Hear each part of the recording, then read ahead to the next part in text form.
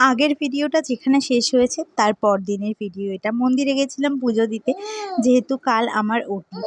তো যথারীতি সকালে খাওয়া দাওয়া সেরে মা এবং দাদার সঙ্গে বেরিয়ে পড়েছি বারাসাত যাওয়ার উদ্দেশ্যে। আজকে আমাকে নার্সিংহোমে অ্যাডমিট হতে হবে, কাল হবে আমার ওটি গল ব্লাডার স্টোন। তো ওখানে একদিন আগে ভর্তি হতে বলেছে। তো আমরা চলে যাচ্ছি এখন বারাসাতে। আর মনটা একদমই ভালো নেই, কারণ জানো তো আমার সঙ্গে কি ঘটনা ঘটেছে এবং পরপর আমার সঙ্গে কি ঘটে চলেছে। তো মনে একরাশ দুঃখ ভয় নিয়ে আবার চলে যাচ্ছি। তো আমরা পৌঁছে গেছি এবং আমি অ্যাডমিট হয়েও গেছি। অনেকক্ষণ রিসেপশানে বসেছিলাম, তারপরে আমাকে একটা বেড দেওয়া হলো। আর এটা হচ্ছে জেনারেল, মানে সবাই আর কি একসঙ্গে, কেবিন নেওয়া হয়নি। তো মা দাদা চলে গেছে বাড়ি আমাকে ভর্তি করে। ওরা যতক্ষণ ছিল ভালো লাগছিল, তারপর থেকে না আমার কান্না পাচ্ছিল, তো কাঁদতেও পারছিলাম না। তো দেখো পরের দিন আমাকে ওটির জন্য রেডি করে দিয়েছে, এখানে চ্যানেলও করা হয়ে গেছে। তো তার কিছুক্ষণের মধ্যেই আমার মা, আমার বর, বাবা চলে এসেছে।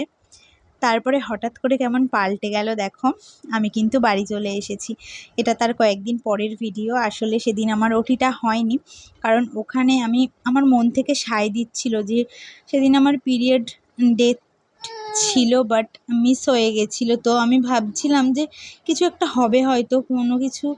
যাই হোক, আমার মনে সায় দিচ্ছিল, ভগবান ছিল বলেই ওখানে আমি টেস্ট করি এবং দেখি পজিটিভ।